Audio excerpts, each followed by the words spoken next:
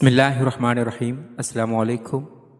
Spirit of Islam channel میں ایک بار پھر خوش آمدید۔ عزیز طلبہ، آج کی اس کلاس میں ہم سندھ بورڈ کی 11ویں جماعت کی اسلامیات کے لیکچرز کے سلسلے میں کتاب میں موجود باب صوم موضوعاتی مطالعہ حصہ بے عبادات کے سبق زکوٰۃ کو تفصیل سے پڑھیں گے اور اس کی تفصیلات کو آسان الفاظ میں سمجھیں گے، اور اس سے اگلی ویڈیو میں اس سبق کے کتاب میں موجود مشقی سوالات کو سمجھیں گے۔ اس سے پہلے کہ سبق کا آغاز کریں، اگر آپ نے ہمارا channel spirit of Islam subscribe نہیں کیا تو چینل کو سبسکرائب کر لیجئے، ویڈیو کو شیئر کیجئے اور ساتھ لگے بیل آئیکن کو بھی دبا لیجئے تاکہ آپ کو آئندہ بھی اس طرح کی ویڈیوز کا نوٹیفیکیشن ملتا رہے۔ سب سے پہلے اس میں زکوٰۃ کی معنی و مفہوم کو سمجھ لیتے ہیں۔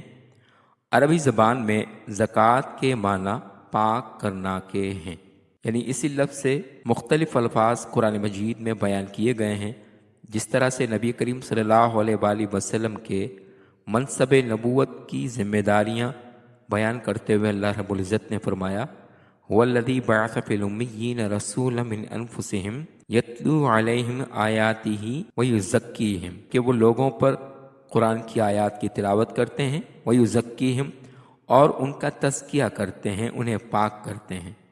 تو اس طرح سے اس لفظ کے عربی معنی ہوئے پاک کرنا۔ شریعت میں مال کی ایک خاص مقدار پر پورا سال گزر جانے کے بعد اس کے نصاب کے مطابق اللہ تعالیٰ کی خوشنودی حاصل کرنے کے لیے اسے شرعی مستحقین کو دینے کا نام زکوٰۃ ہے۔ اس کی تفصیلات آگے ہم پڑھیں گے۔ زکوٰۃ ہر صاحب نصاب اور بالغ و عاقل مرد و عورت پر فرض ہے۔ صاحب نصاب اسے کہتے ہیں جس کے پاس کم از کم 7.5 تولہ سونا یا 52.5 تولہ چاندی یا اتنی مقدار کے برابر رقم موجود ہو۔ دوسرا یہ کہ اس شخص کا بالغ ہونا ضروری ہے۔ اگر کوئی بچہ صاحب نصاب ہے، اس کے پاس مال و دولت ہے، اس پر زکوٰۃ فرض نہیں ہوگی۔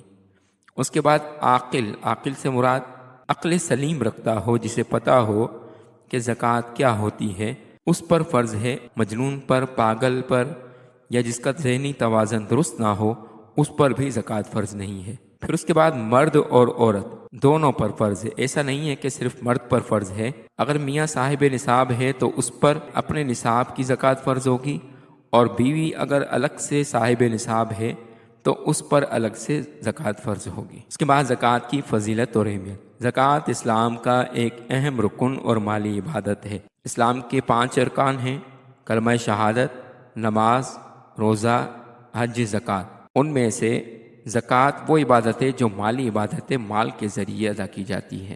اس کا مقصد معاشرے کے ضرورت مندوں کی مدد کرنا، یعنی معاشرے کے جو مستحق غرباء اور مساکین لوگ ہیں، ضرورت مند لوگ ہیں، ان کی مالی مدد کرنا۔ یہ زکوٰۃ کا بنیادی مقصد ہے کہ معاشرے میں بے سہارا تنگ دست لوگوں کی مدد ہو جائے، اور مسلمان کے دل سے دنیا کی محبت اور لالچ کو کم کرنا ہے۔ اور جو زکوٰۃ دینے والا ہے، جو صاحب نصاب ہے، جو مالدار ہے، اس سے زکوٰۃ اس لیے لی جاتی ہے تاکہ اس کے دل سے مال کی محبت کم ہو اور اللہ اور اس کے رسول کی اور دین اسلام کی محبت بڑھ جائے۔ یعنی جب بندہ اپنا مال لوگوں پر خرچ کرتا ہے تو یقینی طور پر مال کی محبت اس کے دل سے گھٹتی چلی جاتی ہے، اور یہی دین اسلام کا اصل مقصود ہے۔ ارشاد باری تعالیٰ ہے، قرآن مجید میں کئی مقامات پر نماز کے ساتھ زکوٰۃ کا ذکر آیا ہے۔ مثلا اقیموا الصلاۃ وآتوا الزکاۃ، سورہ مزمل کی آیت نمبر 20 ہے، جس میں فرمایا گیا کہ نماز قائم کرو اور زکوٰۃ ادا کرو۔ یعنی اکثر مقامات پر نماز کے ساتھ ہی زکوٰۃ کا حکم قرآن مجید میں دیا گیا ہے۔ زکوٰۃ صاحب نصاب پر سال میں ایک بار فرض کی گئی ہے۔ صاحب نصاب کے حوالے سے میں نے آپ کو بتا دیا کسے کہتے ہیں۔ سال میں ایک مرتبہ زکوٰۃ فرض ہونے کا معنی یہ ہے کہ جس طرح سے نماز پوری زندگی روزانہ فرض ہے، زکوٰۃ کا معاملہ اس طرح نہیں ہے، بلکہ زکوٰۃ سال میں ایک مرتبہ کسی بھی وقت کبھی بھی دی جا سکتی ہے، اور ایک ہی بار فرض ہے، ہر سال کی زکوٰۃ الگ سے ہوتی ہے۔ اور اس کے لیے یہ ضروری نہیں ہے کہ زکوٰۃ رمضان المبارک ہی میں دی جائے، بلکہ جب کبھی بھی بندہ صاحب نصاب ہوتا ہے، مثلا اگر کوئی شخص آج کے دن صاحب نصاب ہوا تو اسلامی ہجری سال کے مطابق آج کا دن دوبارہ پلٹ کر جب اگلے سال آئے گا تو اس بندے کا صاحب نصاب کا سال مکمل ہو جائے گا۔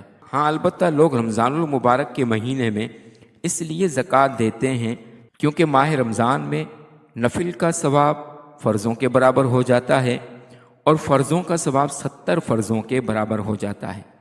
تو اس طرح سے اگر کوئی شخص آج کے دن صاحب نصاب ہوا اور اسے اس بات کا یقین ہے کہ آئندہ سال تک بھی میں صاحب نصاب رہوں گا، تو اگر کچھ مہینوں کے بعد رمضان المبارک کا مہینہ شروع ہو جائے اور وہ چاہے کہ میں رمضان المبارک میں ہی ایڈوانس میں پیشگی طور پر زکوٰۃ ادا کر دوں تو شریعت نے اسے اجازت دی ہے۔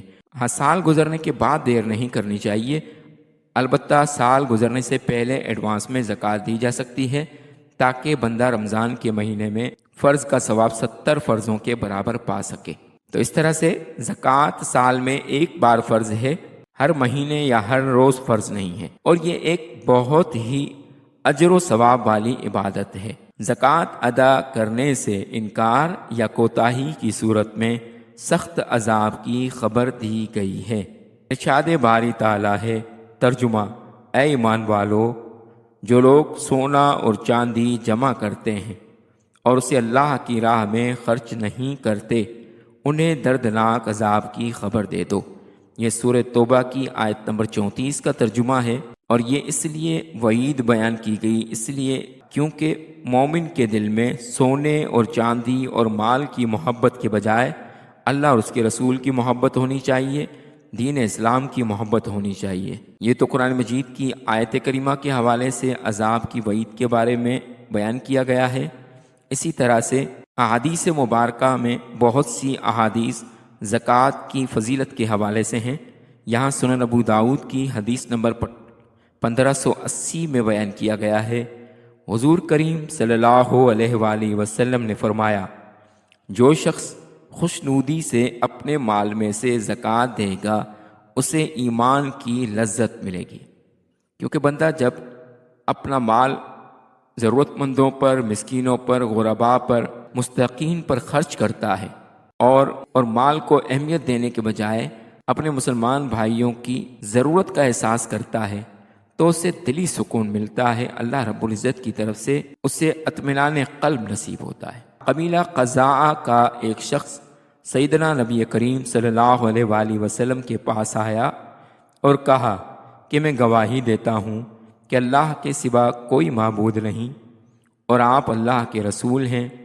میں دن میں 5 وقت نماز پڑھوں گا، رمضان کے روزے رکھوں گا، قیام کروں گا اور زکوٰۃ دوں گا۔ اس کے جواب میں آپ صلی اللہ علیہ وآلہ وسلم نے فرمایا، جس نے ایسا کیا وہ صدیقین یعنی اللہ کے سچے بندوں اور شہداء کے درجے پر ہوگا۔ یہ مسند احمد کی حدیث ہے، جس میں یہ بتایا گیا کہ جو اللہ رب العزت کے دیے گئے احکامات میں سے ان فرائض کو پورا کرے گا، قیامت کے دن وہ صدیقین اور شہداء کے درجے پر ہوگا۔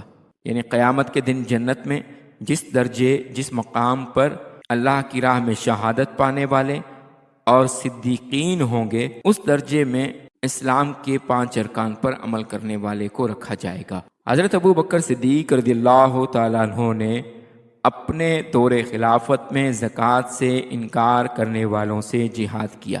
یعنی نبی کریم صلی اللہ علیہ وآلہ وسلم کے وصال فرمانے کے بعد، پردہ فرمانے کے بعد، اس دنیا سے ظاہری طور پر تشریف لے جانے کے بعد، جب سیدنا صدیق اکبر رضی اللہ تعالیٰ عنہ منصب خلافت پر متمکن ہوئے تو کچھ لوگوں نے زکوٰۃ دینے سے انکار کر دیا تھا۔ تو حضرت ابو بکر صدیق رضی اللہ تعالیٰ عنہ نے ان سے جہاد کا ارادہ کیا۔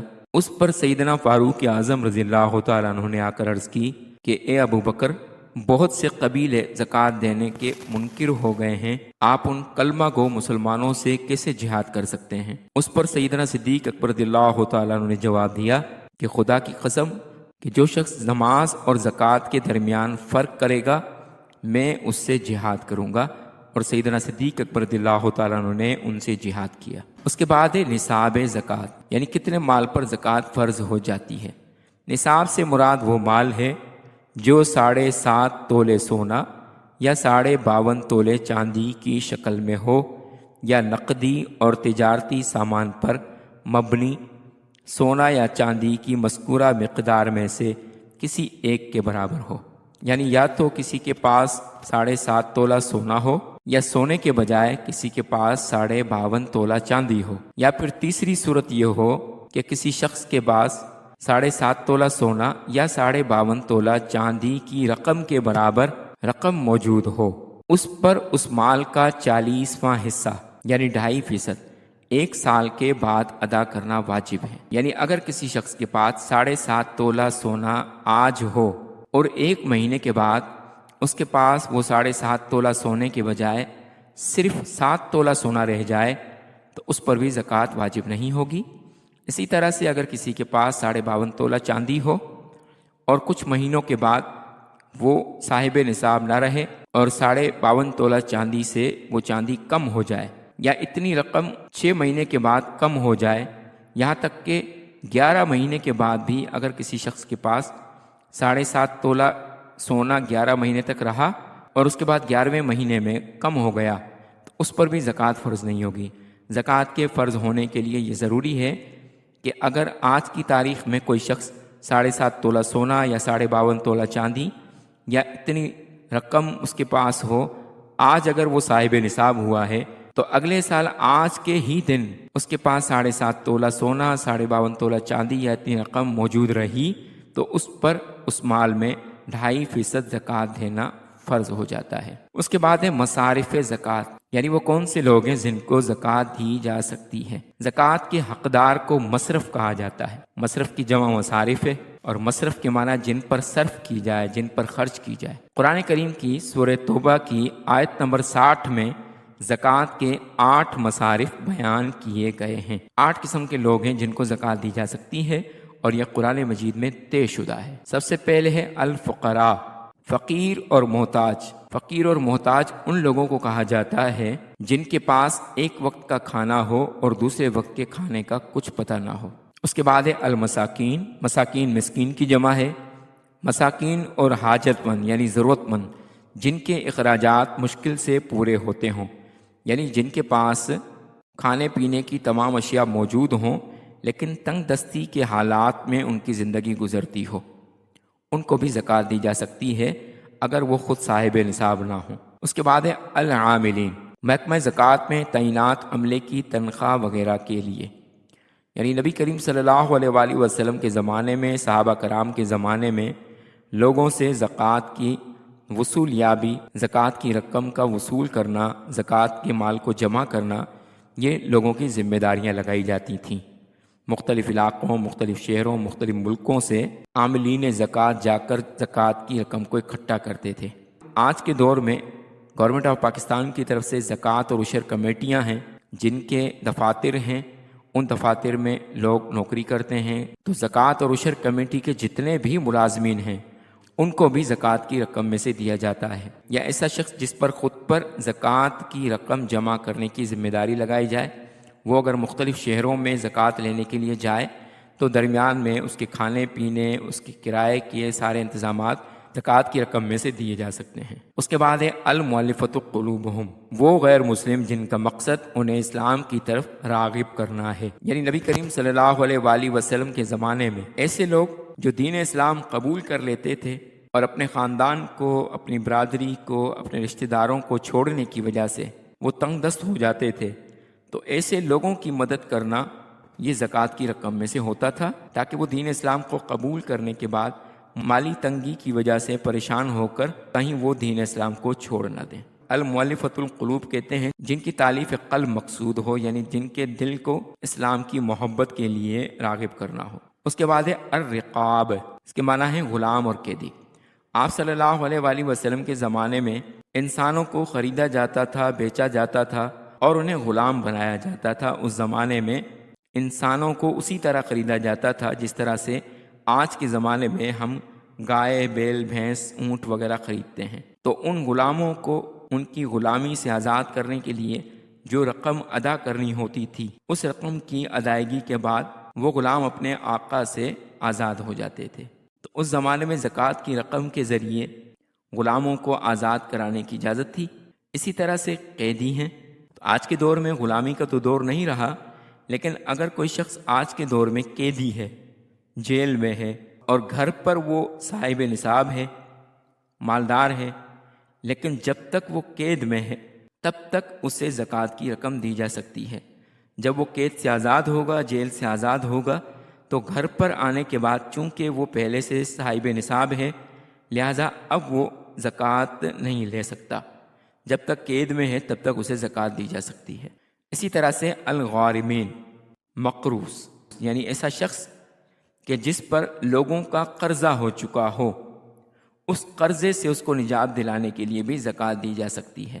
اس کے بعد ہے فی سبیل اللہ، اللہ کی راہ میں کام کرنے والا اور مجاہد، یعنی اگر کوئی شخص راہ خدا کا مسافر ہو یا جہاد کے لیے نکلا ہوا ہو، پیچھے گھر پر چاہے وہ صاحب نصاب ہو، مالدار ہو، لیکن جب تک وہ مجاہد ہے، اللہ کی راہ کا مسافر ہے، اللہ کے دین کا مسافر ہے، اس کو بھی زکوٰۃ دی جا سکتی ہے۔ عام طور پر مدارس میں پڑھنے والے طلباء یہ اللہ کی راہ کے مسافر ہیں، اس لیے انہیں زکوٰۃ دی جاتی ہے۔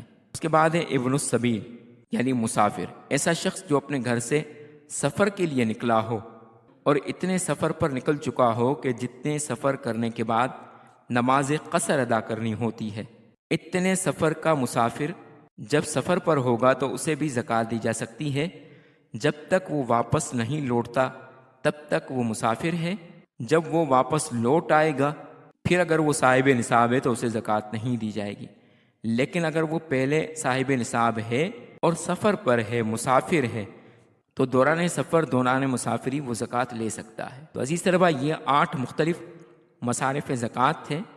اس کے بعد زکوٰۃ کی ادائیگی کے مسائل۔ زکوٰۃ ایک فرض ہے جو مالدار مسلمان مرد و عورت ادا کرتے ہیں۔ قریبی رشتہ داروں جیسے ماں باپ، بیوی، بیٹی، بیٹے کو زکوٰۃ دینا جائز نہیں، یعنی ایسے رشتے جن سے ہم پیدا ہوئے ہیں، ظاہر ہے وہ ماں ہے، باپ ہے۔ اسی طرح سے ماں کے رشتے سے اوپر کی طرف چلے جائیں تو نانا نانی، پھر اس سے اوپر پرنانا پرنانی۔ والد کے رشتے سے اگر اوپر جائیں تو دادا دادی، پردادا پردادی، ان سب کو زکوٰۃ نہیں دی جا سکتی۔ یہ تو وہ ہوئے کہ جن سے ہمارا شجرہ نسب چلا، دوسرے وہ جن کا ہم سے شجرہ نسب چلے گا، یعنی ہماری اولاد، بیٹیاں یا بیٹے، ان کو بھی زکوٰۃ نہیں دی جا سکتی۔ جن سے ہمارا شجرہ نسب ملتا ہے ان کو زکوٰۃ نہیں دی جا سکتی، جو ہمارے شجرہ نسب میں ہیں ان کو زکوٰۃ نہیں دی جا سکتی۔ ماں باپ وہ رشتے ہیں جن سے ہم ہوئے ہیں، بیٹی اور بیٹا وہ رشتے ہیں جو ہم سے ہوئے ہیں۔ اسی طرح سے بیوی کو بھی زکوٰۃ نہیں دی جا سکتی، اس لیے کہ بیوی ہمارے مال میں سے، ہماری وراثت میں سے، ہمارے مرنے کے بعد ہماری وراثت کی حصے دار بن سکتی ہے، تو اس لیے اسے بھی زکوٰۃ نہیں دی جا سکتی۔ ماں باپ کو زکوٰۃ اس لیے نہیں دی جا سکتی کہ اولاد کا سب کچھ ماں باپ ہی کا ہوا کرتا ہے، اس لیے ماں باپ کو زکوٰۃ نہیں دی جا سکتی۔ اور اپنی اولاد کو زکوٰۃ اس لیے نہیں دی جا سکتی کہ ہمارے مرنے کے بعد شریعت مطہرہ نے ہمارے مال و دولت میں ہماری اولاد کا حصہ رکھا ہے، تو جس کو بھی شریعت نے ہماری وراثت کا حصے دار بنایا ہے اس کو زکوٰۃ نہیں دی جا سکتی، یا جس کی وراثت میں ہمیں حصے دار بنایا ہے اس سے ہم زکوٰۃ نہیں لے سکتے۔ امید ہے کہ آپ مسئلہ سمجھ گئے ہوں گے، کیونکہ شریعت نے ان کی کفالت اور سرپرستی کا حکم دیا ہے۔ البتہ ان کے علاوہ رشتہ داروں کو زکوٰۃ دینا باقی مستحقین سے افضل ہے، یعنی جو رشتے اوپر گنوائے گئے ہیں، ماں باپ، اولاد اور بیوی وغیرہ، ان کے علاوہ جو بھی رشتہ دار ہیں، سگے بہن بھائی ہوں، خالہ ہوں، خالو ہوں، چچا ہوں، چچی ہوں، ماموں ہوں، ممانی ہوں، پھپھا ہوں یا پھپھی ہوں، جو بھی رشتے ہیں ان تمام کو زکوٰۃ دیا جانا نہ صرف جائز ہے بلکہ زیادہ افضل ہے اگر وہ مستحق ہوں، بلکہ اگر بہن بھائی ضرورت مند ہوں تو سب سے پہلے زکوٰۃ کی ترجیح میں ان کو رکھا جائے۔ عام طور پر ایک علاقے سے زکوٰۃ وصول کر کے اسی علاقے کے مستحق لوگوں میں تقسیم کر دی جائے، البتہ وہاں مستحق نہ ہونے کی بنا پر دیگر علاقوں میں ادا کی جائے، یعنی اگر ضرورت مند مستحقین اسی علاقے، اسی شہر میں رہتے ہوں جہاں آپ رہتے ہیں تو افضل یہ ہے کہ پہلے ان کو ترجیح دی جائے، لیکن اگر آپ کے علاقے میں، آپ کے شہر میں مستحقین زکوٰۃ موجود نہیں ہیں جن کو زکوٰۃ دی جائے، تو ایسی صورت میں اپنے شہر والوں کو چھوڑ کر دوسرے شہر والوں کو زکوٰۃ دیا جانا جائز ہو جاتا ہے۔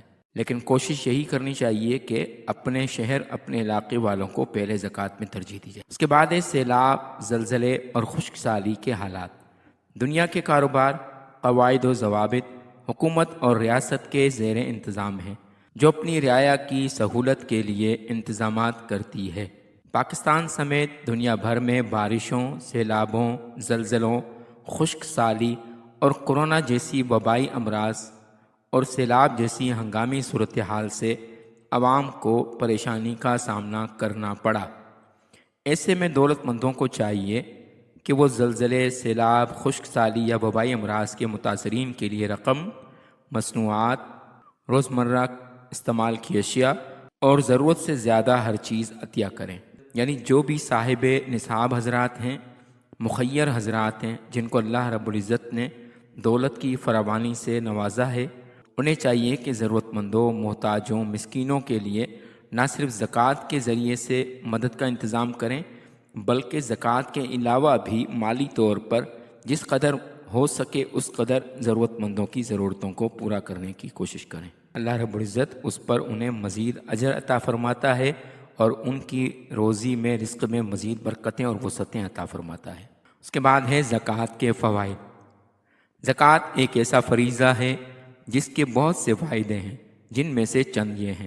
پہلے نمبر پر ہے سرمایہ دارانہ نظام میں جہاں سود اور غیر شرعی حدود سے غربت بڑھتی ہے، وہاں زکوٰۃ کی ادائیگی سے غربت میں کمی آتی ہے اور لوگوں کی معاشی حالت بہتر ہوتی ہے۔ یعنی معاشرے میں سودی نظام کی وجہ سے کبھی بھی برکت پیدا نہیں ہو سکتی، کیونکہ سود اللہ کے ساتھ جنگ ہے۔ لیکن زکوٰۃ کی وجہ سے غربت کا نہ صرف خاتمہ ہوتا ہے، کیونکہ یہ اللہ کی طرف سے فریضہ ہے، اور فرض کی ادائیگی میں اللہ پاک رزق میں مزید برکتیں عطا کرتا ہے۔ صاحب زکوٰۃ لوگ زکوٰۃ کی ادائیگی کے بعد زیادہ سرمایہ کاری کرتے ہیں، جس سے ملک کی معیشت مستحکم ہوتی ہے۔ یعنی فائنینشلی طور پر ملک ترقی کرتا ہے، لوگوں کی ترقی ہوتی ہے۔